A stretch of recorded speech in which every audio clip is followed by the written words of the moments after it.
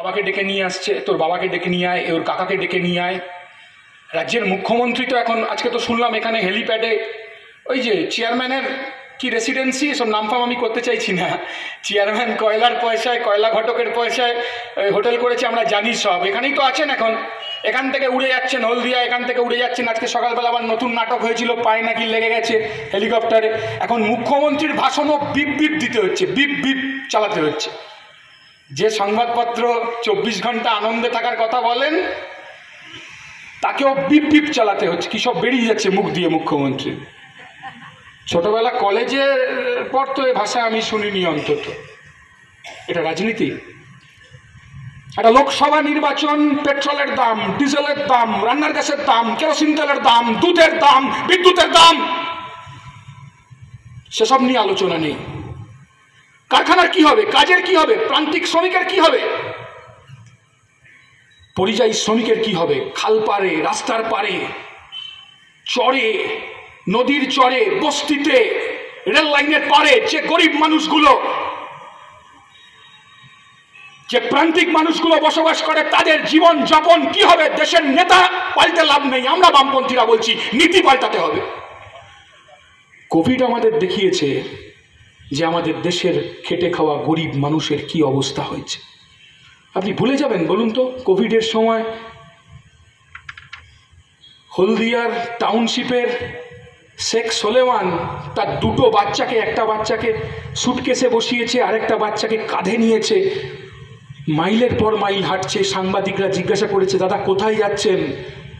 বলছে হলদিয়া যাচ্ছি। বলছে আপনি এখন কোথায়? বলছে হায়দ্রাবাদে। আমার মনে আছে, আমার ছোটবেলা আমার বাবা আমাকে একটা বই পড়তে দিয়েছিল, বুদ্ধদেব গুহর গুণগুকুম্বাদের দেশে। আপনারা অনেকেই পড়েছেন সেই বই। তারপর ক্লাস 5 বা 6-এ পড়ি, তখন কলকাতা শহরের নিউ এম্পায়ার সিনেমায় গিয়ে আফ্রিকান সাফারি সিনেমা দেখাতে নিয়ে গেছিল। আর তখন প্রথমবার দেখেছিলাম আফ্রিকার জঙ্গলের এক প্রান্ত থেকে আরেক প্রান্ত, সেরেঙ্গিটি থেকে মাসাইমারা, মাসাইমারা থেকে সেরেঙ্গিটি, লক্ষ লক্ষ প্রাণী খাবারের জন্য, জলের জন্য মাইগ্রেট করে, মাইগ্রেশন হয়। এই কোভিড আমাদের দেখিয়েছে ভারতবর্ষের গরিব মানুষের, পরিযায়ী শ্রমিকের অবস্থা কোভিডের সময় আফ্রিকার জন্তু জানোয়ারের মতো হয়েছে। দায়ী মোদীর সরকার, দায়ী আমাদের মমতার সরকার।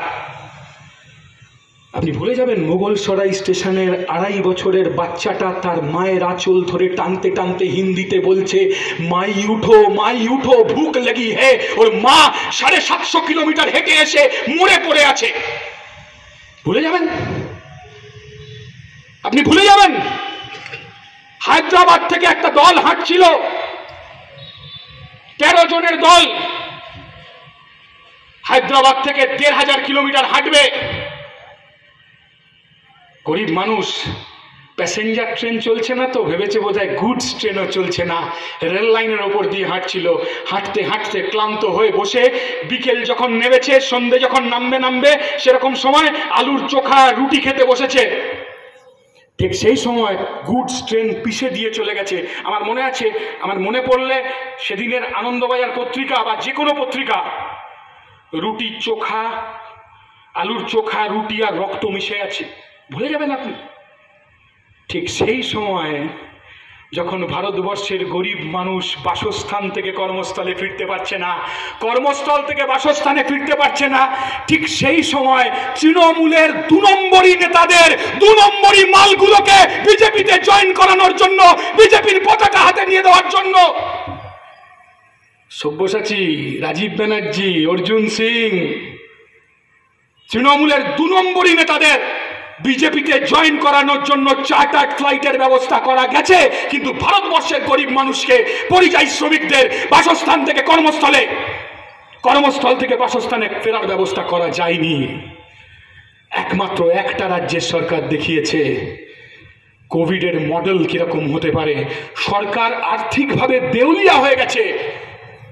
সেই রাজ্যের নাম কেরালা। কেরালার সরকার ঘোষণা দিয়েছে যে আমাদের তহবিল শেষ হয়ে গেছে, কিন্তু আমরা পরিযায়ী শ্রমিকের পাশে দাঁড়িয়েছি।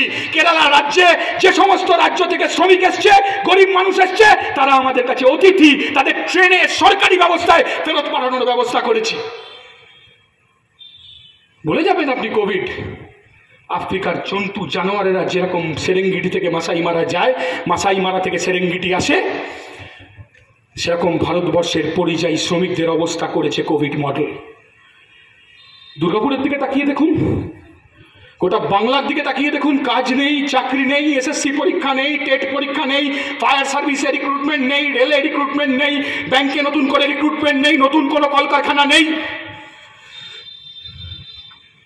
কোভিডের পর গোটা রাজ্যে